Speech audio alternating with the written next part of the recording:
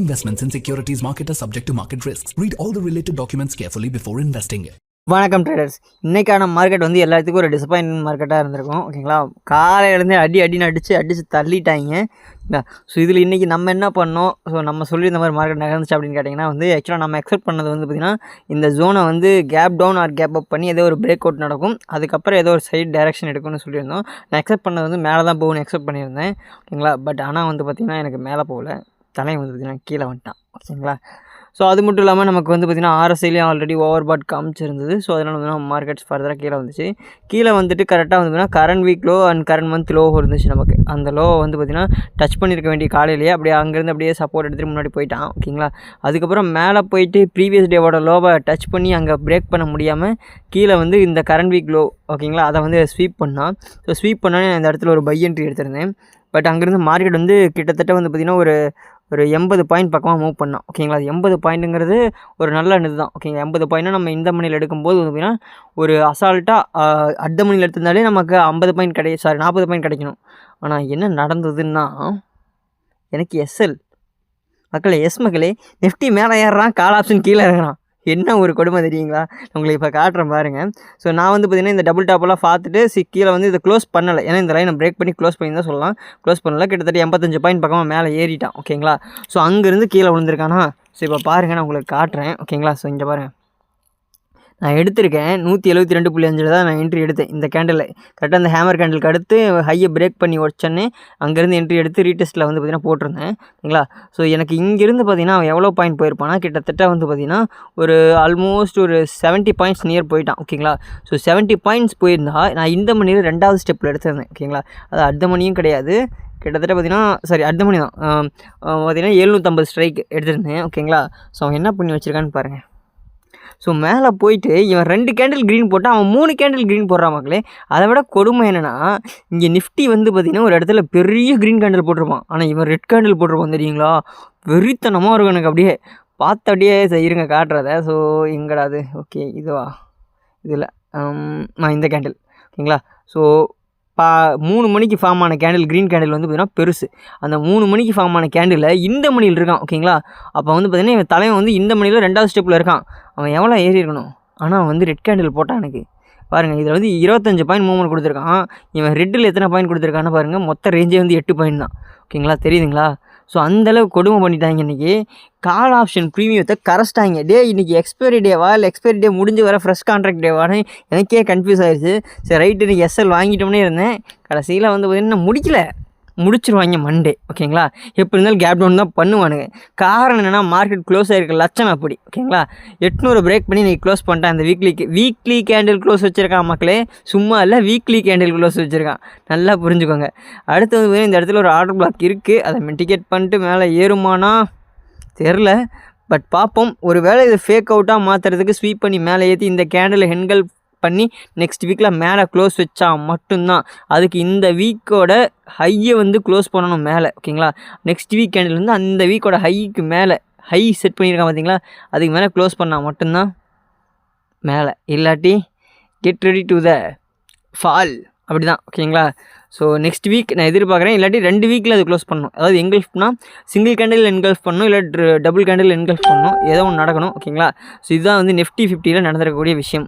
So இதில் வந்து பார்த்திங்கன்னா இங்கே நான் வந்து பார்த்திங்கன்னா ஆக்சுவலாக மார்னிங்கில் வந்து பார்த்திங்கன்னா இந்த ஒரு கன்சல்டேஷன் ஜோனை வந்து பார்த்திங்கன்னா நல்லா ஃபைன் பண்ணிட்டேன் ஓரளவுக்கு. ஓகேங்களா, ஸோ இந்த ஜோனை வந்து பார்த்திங்கன்னா பிரேக் அவுட் பண்ணாமல் மார்க்கெட் மூவ் ஆகக்கூடாது. பட் ஆனால் இதோட ரேஞ்சும் வந்து பார்த்திங்கன்னா நல்லா இருந்துச்சு. ஆனால் இறங்கும் போது மட்டும் புட் ஆப்ஷன் ப்ரீமியம் வெறித்தனமாக ரைஸ் ஆகிற மக்களே, கால் ஆப்ஷன் ப்ரீமியம் இறங்குறான். ஆனால் ஏறும்போது கால் ஆப்ஷன் ப்ரீமியம் ஏற மாட்டேங்கிறான், புட் ஆப்ஷன் ப்ரீமியம் பெருசாக குறைய மாட்டேங்கிறான். ஸோ இதுதான் இங்கே ட்விஸ்ட்டு. இன்றைக்கி வந்து பார்த்திங்கன்னா ரைட்டர்ஸ் வெறித்தனமாக பண்ணியிருக்காங்க. ரைட்டர்ஸ் 1500 உருவிட்டிங்கள, இன்னும் உருவுறதுக்கு நான் மண்டே தான் இருக்குது காரணம். ஓகேங்களா, ஸோ இப்போ தான் மண்டே எஸ்எல் வாங்கிடுவேன்னு நினைக்கிறேன். பார்ப்போம். சாமியை வேண்டிக்க வேண்டியதா, குலசாமிக்கெல்லாம் கும்பிடு போட்டு காப்பாற்று சாமின்னு உட்கார வேண்டியதான். ஓகேங்களா, ஸோ இப்போதைக்கு மார்க்கெட் வந்து லெவல்ஸ் எல்லாம் எதுவும் சேஞ்ச் பண்ண தேவையில்லை, இதே லெவல்ஸ் தான் சேம். ஓகேங்களா, வச்சிருக்கு. இதில் ப்ரீவியஸ் வீக் கரண்ட் வீக் எல்லாம் மட்டும் சேஞ்ச் ஆகும்.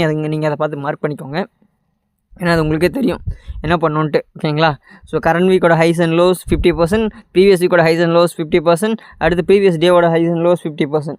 ஸோ இதுதான் நம்மளோட ஸ்ட்ராட்டஜி. ஸோ இதில் வந்து தான் மேக்ஸிமம் மார்க்கெட் மூவ் ஆகும். ஸோ இதை அதே மாதிரி வந்து கரண்ட் மந்த் ப்ரீவியஸ் மந்த் அதையும் நீங்கள் மேட்ச் பண்ணிக்கோங்க. ஓகேங்களா? ஸோ பார்ப்போம். மார்க்கெட் வந்து பார்த்திங்கன்னா இங்கேருந்து இங்கே ஒரு சைட்வேஸில் வந்தான் இறங்கினா. ஓகேங்களா? ஸோ இந்த ஃபால் வந்து பார்த்திங்கன்னா நம்ம ஆல்ரெடி ப்ரிடிக்ட் பண்ணியிருந்தோம். என்னென்னா வந்து இந்த கீழே இருக்க இந்த லோவை வந்து ஸ்வீப் பண்ணணும், அப்படின்னா தான் மார்க்கெட் வந்து ஃபர்தராக மேலே போகும் அப்படிங்கிற மாதிரி சொல்லியிருந்தோம். ஓகேங்களா? ஒரு 2 days 3 days பிஃபோர். ஓகேங்களா? ஏன்னா இங்கே வந்து பார்த்திங்கன்னா இந்த சேனலில் இங்கே ஒரு ட்ரிபிள் டாப் ஃபார்ம் பண்ணியிருந்தான். ஸோ இதை கீழே உடைக்கணும். ஆக்சுவலாக நான் நேற்று வந்து இதை பார்க்கல, இன்றைக்கி தான் பார்த்தேன். ஓகேங்களா? ஸோ இதை வந்து பார்த்திங்கன்னா இன்றைக்கி நேற்றே வந்து பார்த்திங்கன்னா கீழே உடச்சி அந்த கன்சல்டேஷனில் தான் நின்றுட்டு இருந்தான். அதனால தான் நேற்று வந்து சைடேஸ் போயிருக்கான். ஓகேங்களா? ஃபர்தராக வந்து பார்த்திங்கன்னா உடச்சி இன்றைக்கி அந்த லிக்விடிட்டியை எடுத்துட்டான். ஓகேங்களா? அதாவது புதிய லோ செட் பண்ணிட்டான். ரெண்டாவது விஷயம், மார்க்கெட் 800 பிரேக் பண்ணி க்ளோஸ் ஆகிருக்கு. ஓகேங்களா? ஸோ 800 பிரேக் பண்ணி க்ளோஸ் ஆகிருக்குங்கிறது ஒரு நல்ல விஷயமெல்லாம் கிடையாது, ரொம்ப நாராசமான விஷயம். ஓகேங்களா?